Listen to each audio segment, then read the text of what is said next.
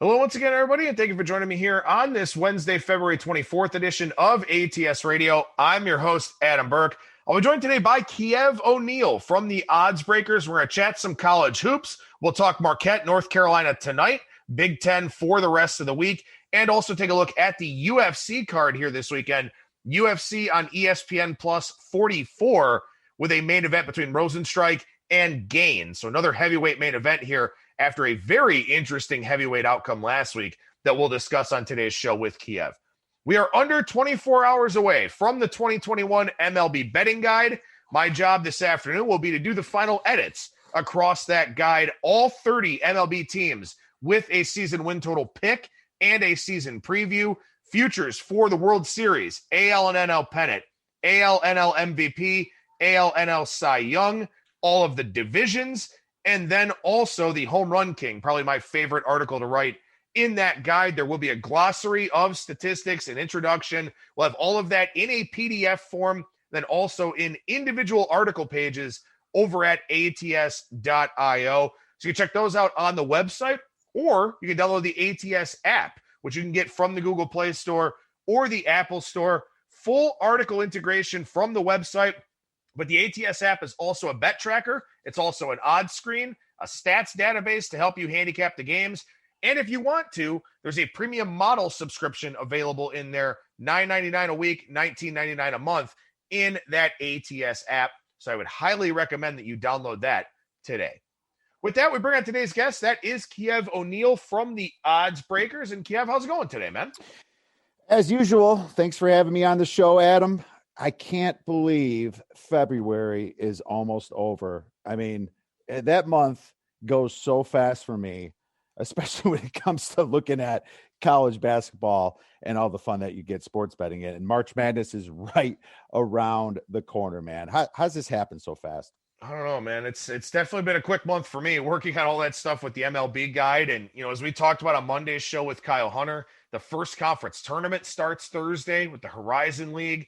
Got a couple going off here this weekend on Saturday, the Big South and the America East Conference. So, it's conference tournament time. A lot of them will be over the next 2 weeks here, starting next week. And then, of course, the following week. Then we get March Madness. Then baseball season begins April 1st. So very much looking forward to that very busy time of the sports betting calendar, to say the least. And before we jump into our talking points here for today, Kiev, I just want to ask you about conference tournaments. We talked about them a little bit with Kyle on Monday. We'll do a lot more of that on the subsequent shows here over the next couple of weeks. But do you dabble in that conference tournament futures market? Well, absolutely, I do. I usually like to take a few. I mean, I don't love betting on favorites, but at the same time, favorites can take me off of a tournament. If there's something that just, favorites aren't priced that great. This, and then you try to calculate, well, what if I do a money line parlay, right? Something like that. And it sometimes still doesn't come to a better situation because there's such big favorites, laying like minus 500 the first game, minus 250 the second, and you'll be lucky if they're not, even money in the final game, right? So I think some of the long shots I like to take, and in most cases, the money line parlay is better to go about, just because they're going to be such big dogs, and your money compiles. So that's the way I like to go. Once in a while, you'll find someone that's such a big dog that maybe you don't even care about doing the parlay, just because you have to be on top of it every single day when you do a money line rollover. The money line rollover, definitely something that we will talk about a lot here on the show. Usually a much better way of looking at, these conference tournaments here. The conference tournament for the Big Ten is still several days away. We've got, a lot of games left to be played in this conference, but I think it's kind of interesting to just take an overview look here at the odds to win the Big Ten conference. And Michigan, the favorite, according to DraftKings, plus 225. This includes the conference tournament. So this is basically the conference tournament winner here for the Big Ten. Michigan at plus 225, and we'll talk about them and that game with Ohio State in a couple of minutes. The Buckeyes, the second choice, plus 300. Iowa, 430. Illinois, 450. Wisconsin, 800. Purdue, 1,300. And then on down from there. We've talked about the Big Ten a lot here on your segments, Kiev, and how this is the best and certainly I would say the most balanced conference in college basketball this season. As we look at those odds, kind of, a few weeks in advance of when this conference tournament will get decided, I mean, is there a team that, you might kind of have your eye on here for when the Big Ten conference tournament begins? Yeah. And it's, I mean, you have 4 teams, right? And the best you get is, plus 400. And then it jumps all the way to plus 800 with Wisconsin. Look at that gap there, right? Of course, the first 4 teams have the best road because they get to delay a couple days, and that's definitely part of it. But it's certainly not going to be Wisconsin. I'll tell you that right now. Wisconsin's just such a hot and cold team. When they're not shooting, they could lose to anybody. They could get beat by anybody in the Big Ten. Really, they have to be on, and they're really soft down low. If there's a team that I want to take a price on or a money line rollover, just from what you mentioned there, it's Purdue. How can it not be Purdue? Purdue's 17th in KenPom. Purdue's got the size down there. They got Travion Williams that's been there forever, 6'10". That dude can ball. They have Zach Edney, 7'4". He's kind of coming on his own. He's just a matchup nightmare because as high as people can jump, they can barely touch his hands. And if he jumps a little bit, he can get the ball over the cylinder there. So Purdue, Jaden Ivey, he's the kid that I've been watching all year just get better and better as a freshman. And when it comes to tournament time, it's kids like that really shine. They take the opportunity. Well, he's very athletic and he can be flying into the basket, So right now, from a price standpoint, whether you want to do the money line rollover or even take a shot if you're getting over 12-1 or something, I'm looking at Purdue. Yeah, Purdue out there 13-1. And again, it is tough because you've got 4 teams here under 5-1. So not really a ton of value as we look this far in advance, but we'll of course see what happens here over the remainder of the regular season. And speaking of the regular season, most watched regular season game in almost 2 years was that game over the weekend between Ohio State and Michigan. And it delivered. I mean, it was a good game. The end game didn't have as much drama as maybe you would have liked in that final minute because Michigan just, they made the plays down the stretch that they had to and came away with a big victory there in Columbus. But that was a pretty resounding statement, I think, from Michigan. But also, I think people maybe being a little bit critical about Ohio State coming out of that game because I think it just showcased how good Michigan is. I don't think it was really an indictment too much of the Buckeyes. It wasn't at all. I mean, there was that bad behind the back pass with a minute 30 left, and they're in that game when that happened, I mean, players do that. It's just kind of like a brain fart type thing. It's just, why are you making that pass in that critical moment of the game? And I'm sure that, who was it, Sewing that did it or Washington? I can't remember who did that. CJ Walker maybe, but it was a bad pass and Michigan capitalized it. Livers went all the way down, got fouled hard under, made the shot, got the free throw, and the game was over after that. We were on Michigan that game because I knew Michigan was the best team. You actually called it out before I did, though, Adam. So I'm going to give you some credit for that. About 5-6 weeks ago, I had Illinois, Michigan. You had Michigan, Illinois. You ended up being right about that. So congrats on that. But Michigan is the best all-around basketball team in the Big Ten. That is 100% for sure. And, they just have too many matchup nightmares, really. But at the same time, they could have some bad games. And as far as the tournament, Big Ten is so well-rounded, as you said, Adam. I can't take a favorite right now in the Big Ten, but Ohio State, they are much better than I thought coming into this season. And Ohio State is going to be a favorite coming up this week here and against Michigan State. I'm sure we're going to get into that game.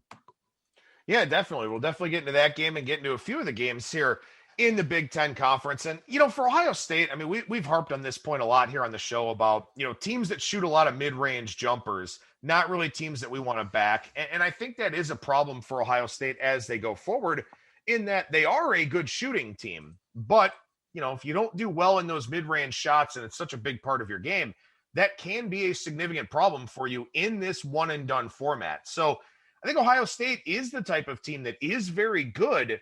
But if they get bounced early in the Big Ten tournament, if they get bounced early in the NCAA tournament, I probably won't end up being that surprised. And that's a distinction that I think at this time of the year, you absolutely have to make. I mean, think about Iowa, for example.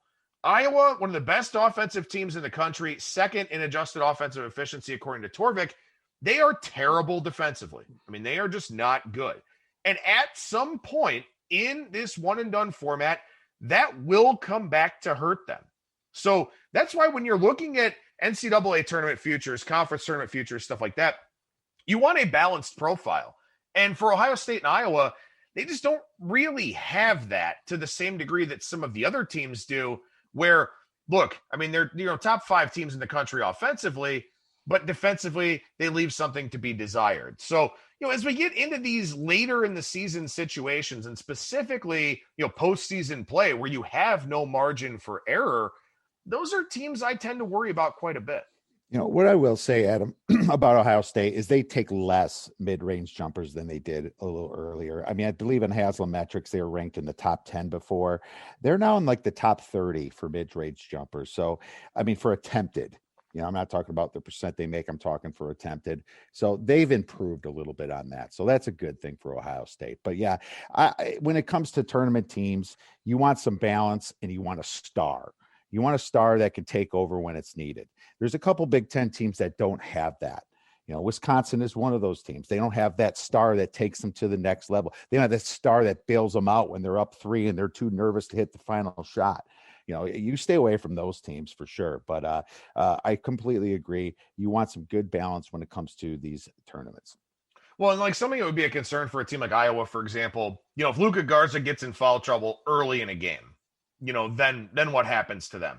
I mean, they have a lot of different scoring options, but Garza is that premier mismatch down low for this team to where, if he winds up having to sit out 10, 11 minutes in the first half, something like that, to avoid getting that third foul in a one and done format, that's really concerning. So these are all things that you want to factor in the equation as you're maybe starting to put together a little bit of an NCAA tournament portfolio.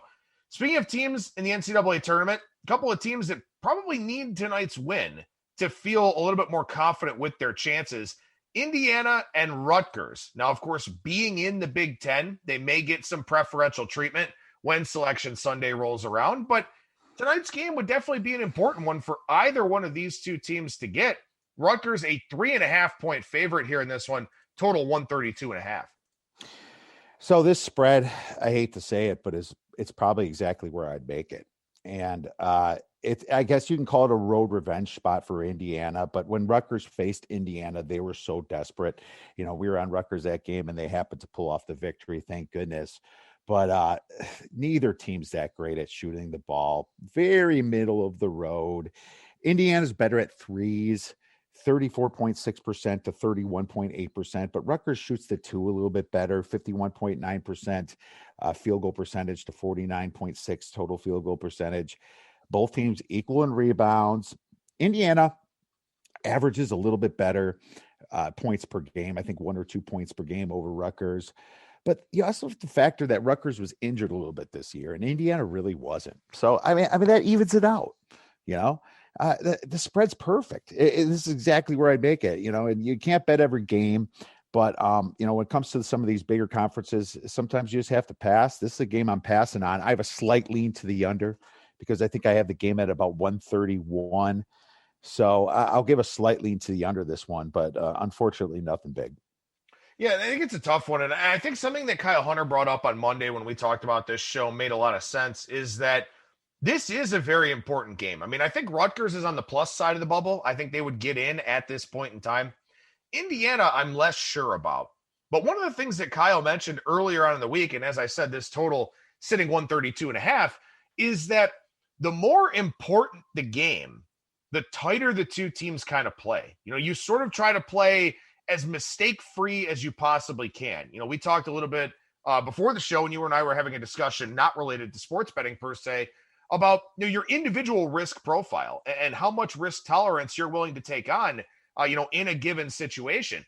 When it comes to sports, when you're talking about a game of this magnitude, your risk tolerance is low. You want to make sure you're going through your offense, going through your best sets, going through the things that should give you the most success. And these are two teams that, they don't really fly up and down the court for the most part.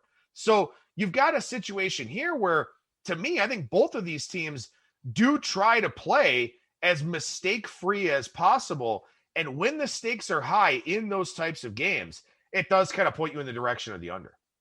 Yeah, and I think that's why I lean to the under. And also, if you look at their free throw percentage, Indiana ranks 291st, 66.7%, and Rutgers ranks 335th, 62.5%. So kind of at the end of the game, they could be missing some key free throws that an over-better would need. So definitely lean to the under. My only problem really is at the end of the game, these teams could be so desperate. There could be a little foul city happening here. And those Big Ten officials are not afraid to call fouls this year. It's a low total. And just from an efficiency standpoint, my numbers didn't really come anything better than 131. But I have a lean to the under because of your points, Adam. I think you made good points. They're going to try to make less mistakes. That means they're not going to be running up haphazardly down the floor. They're going to play some defense. They're going to care about getting back on defense first. And that's just how some of these games are played. So I have a lean to the under.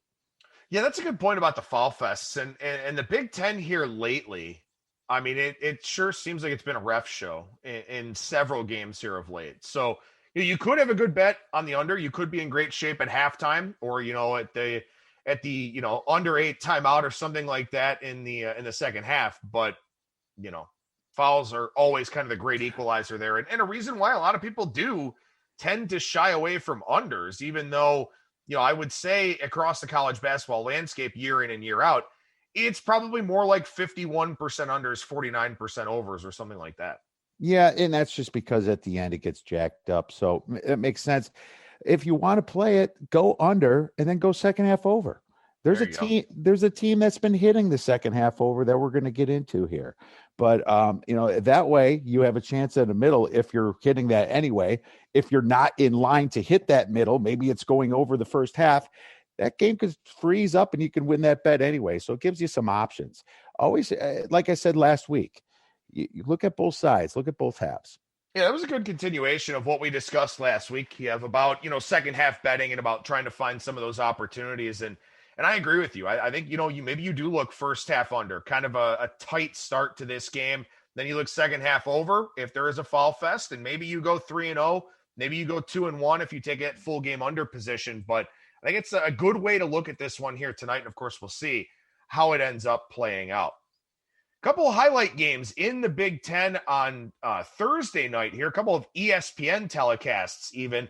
And of course, the first one of those games, the bigger of the two, Iowa and Michigan. This one's so big, in fact, that even books that generally don't release a whole lot of overnight odds do have something up on this one. DraftKings showing Michigan -5.5, total 164 for this game here in Ann Arbor. And Michigan coming off of a huge win, an emotional win over a rival that they can't beat in football. So what do you think about this one here between Iowa and Michigan? Well, like I said last week, the Ohio State and the Michigan game is going to be the best game of the weekend. I guess this is going to be the best game of the weekdays. So I guess maybe West Virginia Baylor. Is that a Friday or a Saturday? I can't wait for that game. But I believe, I want to say they canceled that game. It was supposed to be Thursday night. I saw this yesterday come across Twitter, and I mean, I'm so over all this COVID shit and the impact it's had on college basketball and altering the schedule and the COVID pauses and everything like that. Not to mention just, the pandemic in and of itself. Mm-hmm. But the Big 12 was talking about how they have so many games to kind of move around and reschedule that they actually took West Virginia Baylor off the board for Thursday. Oh my God. That is awful. I don't get it.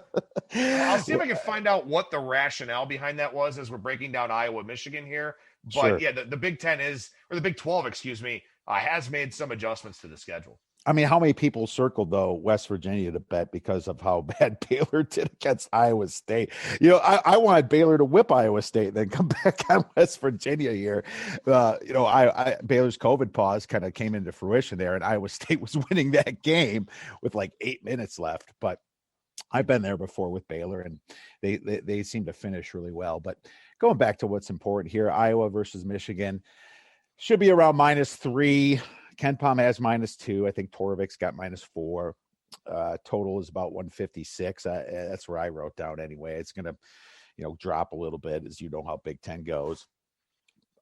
Iowa's offense, 127 ranking and adjusted efficiency on KenPom. I mean, that is just ridiculous almost to this point. But the reason it is because they play a little bit faster, and it is. And I mean, if you really compare offenses of them to Gonzaga, to Michigan, I don't know if Iowa's got the edge over any of those guys, but Michigan, more complete team, as we know, right? For sure. But Iowa, they were in the hundreds on defense, and now they're down to 75 in defensive efficiency on KenPom. The reason that is because they've really stepped up their defense. They went in that nasty losing streak, and over the last 5 games, they allowed less than 69 points to opponents. And for the speed that they play, that's saying something. 5 Big Ten teams. So bravo for them. And that gives me a little a head scratcher here on the total. I still have a lean on it, but the matchup to watch, obviously, Luka Garza and Hunter Dickinson down low. I mean, the senior versus the freshman. But you're also going to have Davis coming in. And Garza's going to have to rest some. He doesn't rest a ton. He's in great shape, but this is where Big Ten or the Michigan's going to have an advantage because they're going to rotate their big guys in, and Hunter is just so big. You think Luka Garza is big. You stand next to him, you think he's a giant. Well, Hunter looks like, towers over him almost. He says he's listed at 7'1", but I swear he's 7'2", 7'3". Kid's young, 18, 19 years old. He's probably still growing. Just from the way I run this game through my numbers, I have Michigan winning it 84-80. Okay. But the total says 156. If this gets bet down low enough, I'm going to have to take the over. And maybe Michigan will want to slow this game down. I don't know. But at some point, you have to remember Michigan will play fast if you want them to play fast, or if the other team controls that side of the ball. Michigan's okay with that. You saw in Ohio State, would that game go up to 180 points or more? It was really high. And I can expect the same type of thing here because Michigan, they're going to want to keep that top number 1 spot here. And Iowa, if they beat Michigan, well, they're going to think they're reigning king in the Big Ten. Even though they're not going to be in the standings, they're on KenPom. They might jump at Michigan. Who knows? A nice road win right there. So for them, I can see motivation on both sides here. I'm going to bet Michigan if it's at 3. And if it's at under 3 for whatever reason, because KenPom has it at 2, then I'm really going to bet Michigan just because Michigan's a more complete team. Michigan's at home. And I don't think there's any letdown factors after that Ohio State game. So I'll play Michigan at 3, and anything under 156, I'll probably have to play the over, Adam. Well, as I'm looking here, Torvik's got Michigan minus 4.6, total on the game 159. And as I said, DraftKings, Michigan minus 5.5 and 164.5 on the total. So we'll see what happens as other sports books open up and start to take some bets on this one. But for now, it does look like the total a little bit higher than some of the projections that are out there, and the side a little bit higher here as well, at least according to DraftKings. So, maybe they're kind of expecting the public side to be Michigan and the over for this game. But, we'll see how this kind of winds up playing out as we get more sports books that open. I think it's going to get pounded under. I mean, at 164, Big Ten game for sure. That's going to get pounded down. I think it's going to kind of settle around the 156, 157 range before it even starts to creep back up. So that's my prediction, but we'll see if I'm right. And then as far as the Big 12 goes here, they adjusted the schedule to, quote, avoid scheduling a team to play 3 games in successive weeks. So they took West Virginia Baylor off the board for Thursday. They will play in Morgantown on March 2nd. So that's Tuesday night, Baylor at West Virginia. So the Thursday game taken off the board here for this week, the one in Waco, but they will play in Morgantown next Tuesday. That's actually a 5 p.m. Eastern start time, which, whatever. I guess that's kind of a head scratcher in and of itself, too. Totally. But that is the situation there as far as the Big 12 goes. What about this nightcap on ESPN here, where Ohio State takes on Michigan State? And, for Ohio State, tough loss coming back from that Michigan game. But I don't think they should feel bad about how they played in that one. And as you said, they'll probably kind of point to that, ill-advised behind the back pass as sort of a game changer. On the other side, I don't know if this is maybe Tom Izzo, rubbing that magic lamp a little bit, but road win over Indiana, home win against Illinois. Now they've got Ohio State here on Thursday night. Yeah, I watched that whole game yesterday, and Coffee Cockburn was just getting hammered the whole first half. I mean, the officials eventually started calling it, but that's what Izzo did. It was smart of him. He realized some of the same things I've been talking about. Illinois' forwards are bad. Their guards are very good. Cockburn's amazing, but put some really tall guys down there, double up on Cockburn, frustrate the heck out of him. He couldn't hit anything. He couldn't hit a free throw. He was getting just hammered. Michigan State eventually fouled out at the end, but by that time, I mean, Illinois was shell-shocked. They were absolutely beat up, and they couldn't even hit free throws at the end. I feel like they're shaking or something. And it was a great way to coach the game. I mean, Izzo just said, go in there and hammer them. If you get called, you get called. And it was a smart way to do it. One thing I'm going to say about Michigan State, and it's a little trend that I've caught on, second half overs.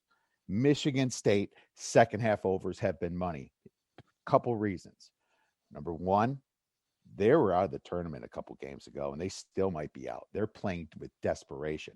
Imagine those kids having their coach miss the tournament because of them. Well, they're playing hard, they're fouling, and they're getting fouled, especially at the end. They're starting off the game a little bit slow, but then they're coming, driving, shooting a lot faster, it seems, in the second half. So at least 3 games in a row, we've been on that, and I'm going to have to say that I'm probably going to be betting the second half over again. Number 2, I mean, Ohio State, they're just they're a better shooting team in general, right? They're going to be a favorite here at Michigan State, and that's a scary looking favorite. But I mean, after that win against Illinois couldn't hit a shot. Illinois just couldn't get back in the game. I have to wonder if Michigan State can do it again this quickly. Ohio State, they're coming off some rest. They're bothered, like you said, about that behind the back pass. Michigan State has barely any rest whatsoever because of their COVID pause earlier this year. So they're playing pretty quickly here. Both teams have the same assist to turnover rate, and it's really because Michigan State turns the ball over more, but they're better in assists. But Ohio State's just 46.4% shooting percentage to 43.1. Michigan State's good, but I don't see them winning this game at all. And as a matter of fact, I'm definitely going to be playing the second half over, but I think I'm going to be taking Ohio State all the way up to 7. I think this is a situation, too, where Ohio State is extremely well coached. I mean, Chris Holtmann is fantastic. He's maybe not the greatest of recruiters, and I've talked with Kyle Hunter about this, both of us being Ohio State football fans and, him following Ohio State college basketball a little bit closer than me. But we've kind of talked about that, where Holtmann's not the greatest of recruiters, but he really maximizes his talent well. And something I appreciate about coaches in college basketball is, you don't have a lot of time to get over losses usually. You got to get your guys back in the gym, fix the things that were a problem during practice, go through your film study. And then, of course, here they got to ship up to East Lansing for this game. I don't think there's really a residual hangover effect for Ohio State off of that loss. I don't see that being a problem with a team coached by a guy like Holtmann. And it is important at this time of the year because some losses hurt more than others, whether it's, if you're on the bubble or, a seeding thing or a conference regular season title type of thing, something like that. Some losses hurt more than others. And you put in the bad blood of this rivalry between these two universities. And I think a team with a lesser coach could have a hangover effect.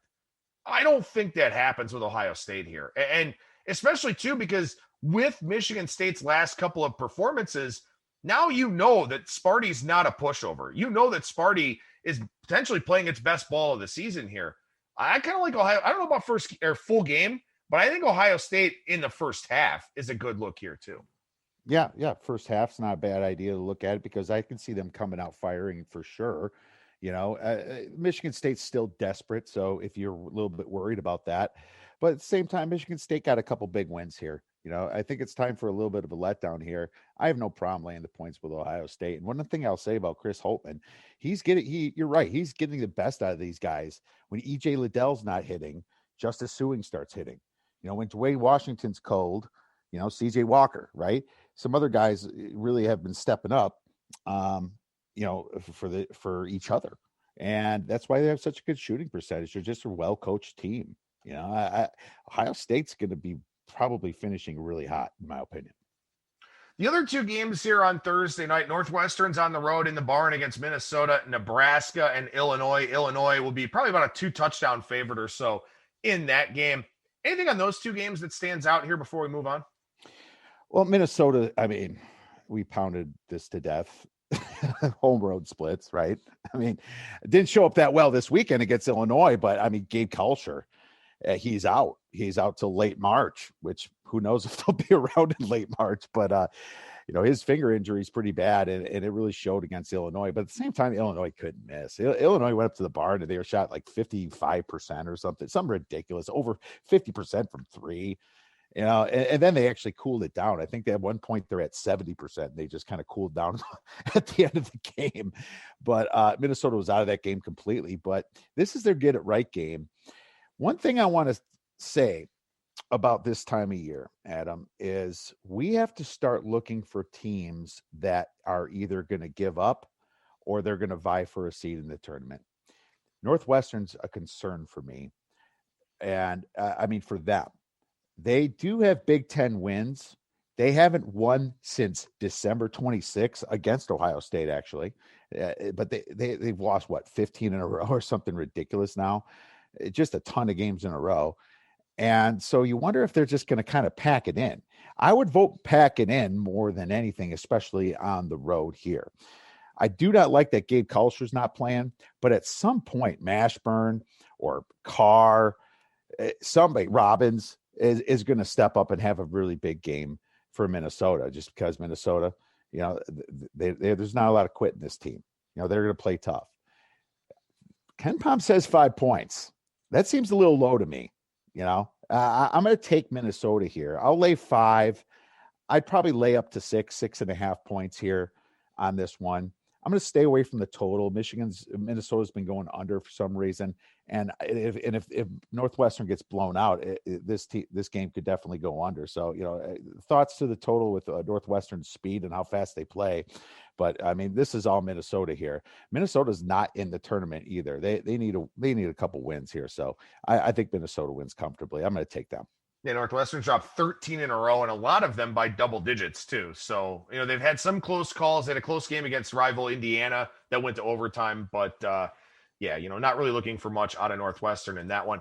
Before we move on and talk some UFC to finish up the show, did you have any thoughts on Friday's Purdue-Penn State game, or did you mostly just look at the Thursday card? I mostly looked at the Thursday card. Penn State, they're desperate too. Purdue's on the road. I don't like Purdue on the road in general.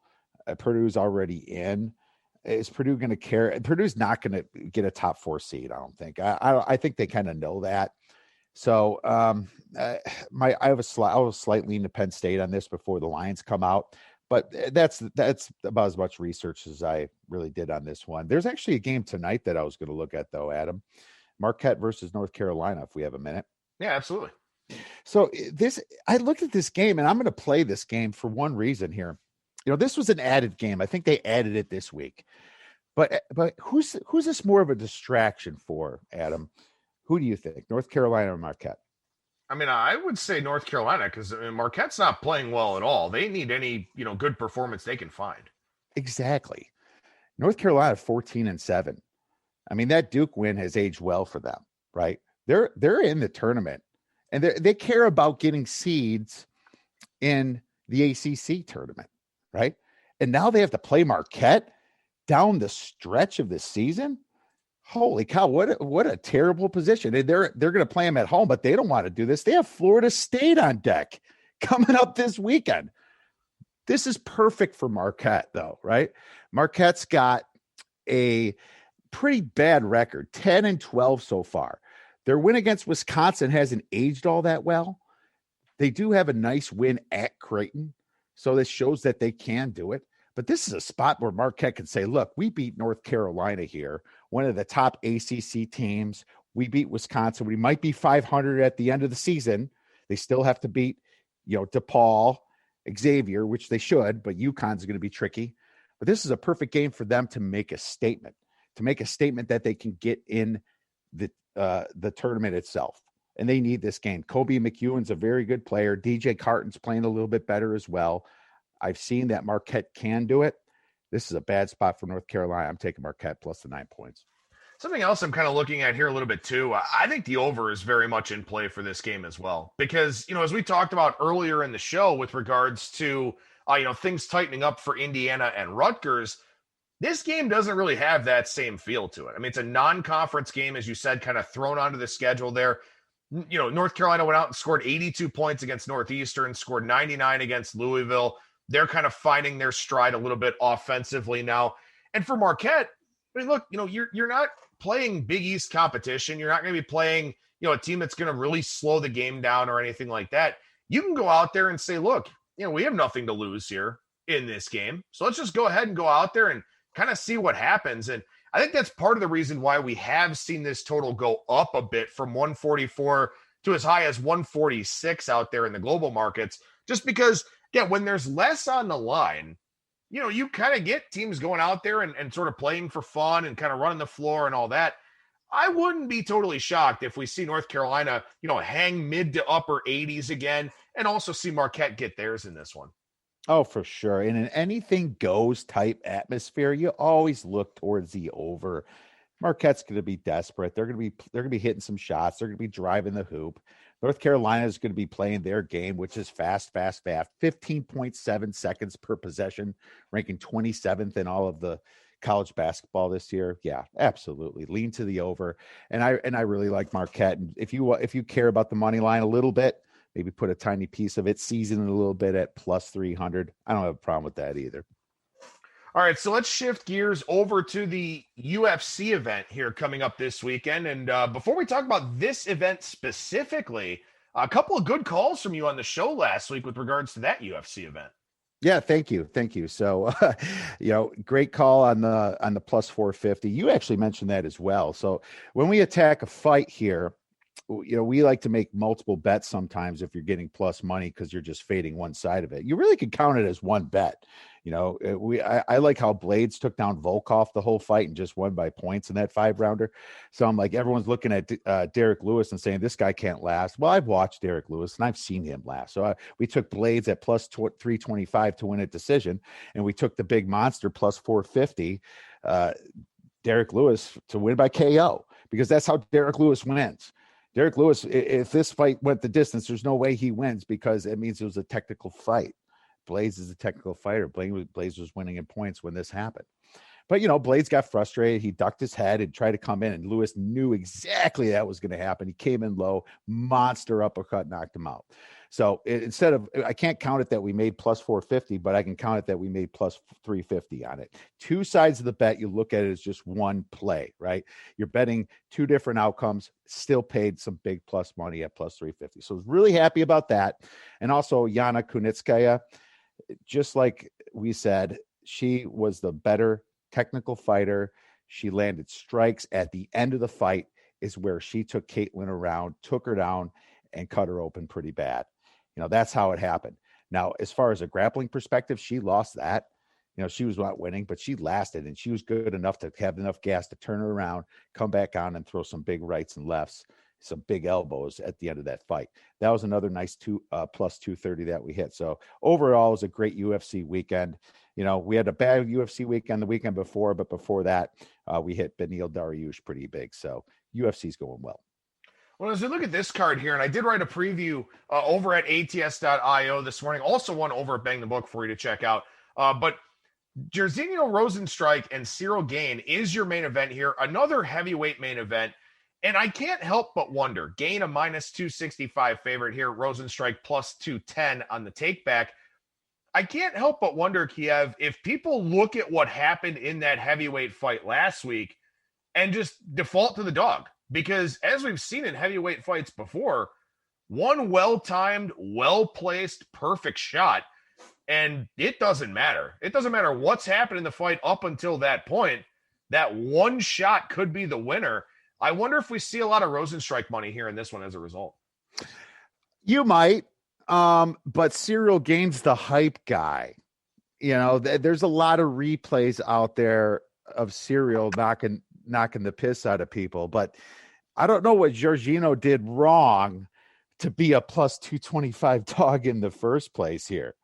You always fade the hype when things come in. This fight, Ciryl Gane, he has one good win, in my opinion. He beat up a bunch of nobodies. He beat Junior Dos Santos. Well, Junior Dos Santos has been beaten up by a lot of people lately, including Jairzinho, in about the same amount of time that Ciryl Gane did. But Jairzinho could have finished him quicker because what a lot of people don't know is that they fight for the same gym. Dos Santos and Rozenstruik fight for American Top Team. And I think just for that fact, American Top Team is really going to want to see their fighter win this fight, possibly get a little revenge for Junior Dos Santos here. I don't know what Jairzinho did wrong to be such a big dog. He's 11-1. His one loss was to Ngannou. Can we punish him for losing to Francis? No, you can't punish that at all. As a matter of fact, Jairzinho got caught in the first round, and that happened. That could happen to anybody. That could happen David and Goliath. That could happen to seriously anybody in the fighting world, right? So, in my opinion here, this fight is mispriced. If I'm pricing this fight out, I'm making Ciryl Gane minus 120, and I'll make Jairzinho plus 100. But this is just a massive price discrepancy, in my opinion. Jairzinho's a fighter.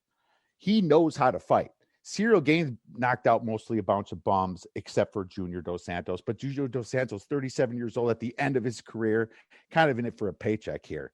I think Rozenstruik's a live dog here. So I like that side. Maybe the public will jump on it, but the public's also saw a lot of Ciryl Gane. And Gane has been beating up a lot of easy guys, so he looks like a big badass, But in my opinion, the right play is going to be on Jairzinho. Well, in a lot of UFC fights, you want to look at paths to victory. You want to see, does it have to be by knockout? Can they win a decision? Can they win by submission? Gane has 3 knockout wins. He has 3 submission wins, and he's won once by decision. And Rozenstruik's a guy with 10 knockouts out of his 11 wins. So it's pretty much, he's sort of a one-trick pony in that regard. I don't really look at paths to victory in a heavyweight fight for exactly what I started the segment with of one shot could end it. So to me, I like Rozenstruik. I think I saw over at BetMGM plus 290 for him to win by stoppage or DQ. Gane was minus 105 to win by stoppage or DQ. I think both of those are decent prices. If you set up the bet amounts correctly, you'll make money regardless of what happens with the outcome here. But to me, I think Rozenstruik is better than 2-1. I think he's very much, as you mentioned, a live dog. And I don't think he beats Ngannou. He was a pretty big underdog in that fight. But that fight was over in, 20 seconds? Who knows how this guy would have gone if that fight had actually lasted a little bit. If he would have been able to get some shots in there for himself or something like that, to at least have maybe something of a better showing that, could have altered the price for this one. So I think we're both on the same page here with this fight. What about the lead-in to the main event here with Nikita Krylov and Magomed Ankalaev? Ankalaev, a minus 360 favorite here. It's a pretty big price for him. It is a big price, and I dove deep into this fight. There's something that stuck out for me at first for Magomed. I love Magomed. I made some money off Magomed last couple of years here. He's a very good stand-up fighter, very good. But Nikita, he's going to be a problem, in my opinion, for Magomed. Because the first thing I was looking at is he's minus 350. Magomed wins by KOs almost all the time. So his KO price is minus 105. I'm like, ooh, minus 105. And I started doing a little bit more research on Krylov. And Krylov, man, he just doesn't get knocked out. He's been knocked out once in his career. And he's going to know what to do against Magomed, he's a better grappler. Nikita is going to play smart and try to keep this fight on the ground as much as possible. Maybe Magomed wins and does knock him out. But at the plus 150 that this fight goes the distance, I don't even have to pick a winner. I like that a lot better because I think Nikita's smart enough and his record shows he doesn't get knocked out. Now, Nikita likes to submit people. He's got 15 submissions or something like that, 11 KOs. But the guy's a great technical fighter here. And Magomed is the more stronger. He's got the better stand-up game. but Nikita's got the better ground game for sure.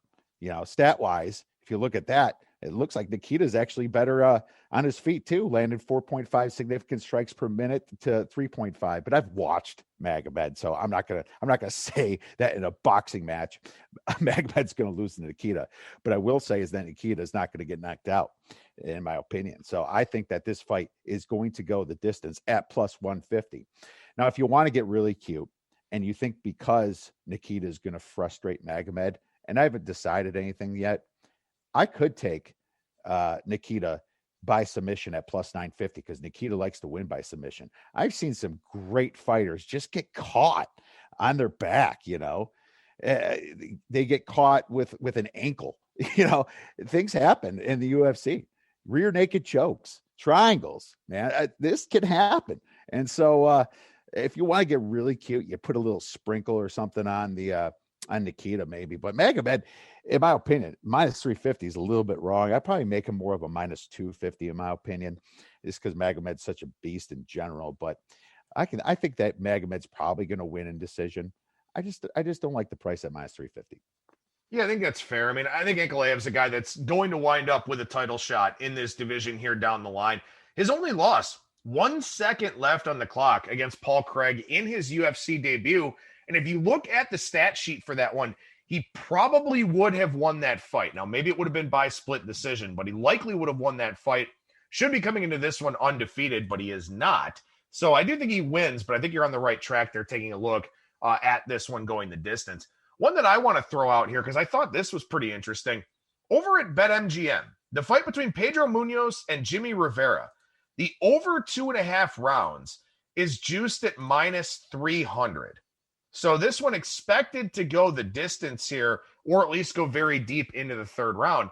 And something I was looking at here, Kiev, in Munhoz's career, in decisions, he's 5-5.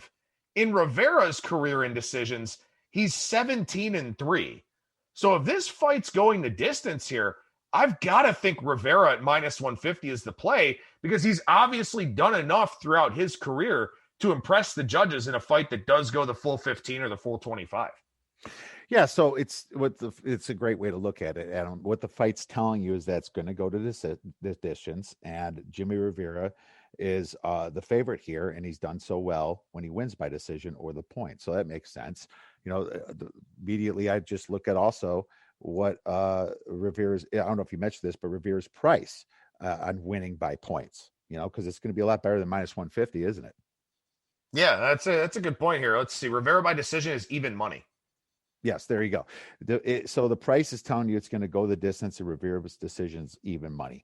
If you think that there's a chance he's going to win it, maybe you put half your bet at the minus 150, put half your bet at the even money right there. So the fight's telling you a story right now. It's just how you're going to react to your pocketbook. Good thoughts on today's show across college basketball and the UFC from Kiev O'Neill from the Odds Breakers. TheOddsBreakers.com is the website. And what's going on over there right now, man? Oh, just pounding through February into March here. Lots of free picks out there.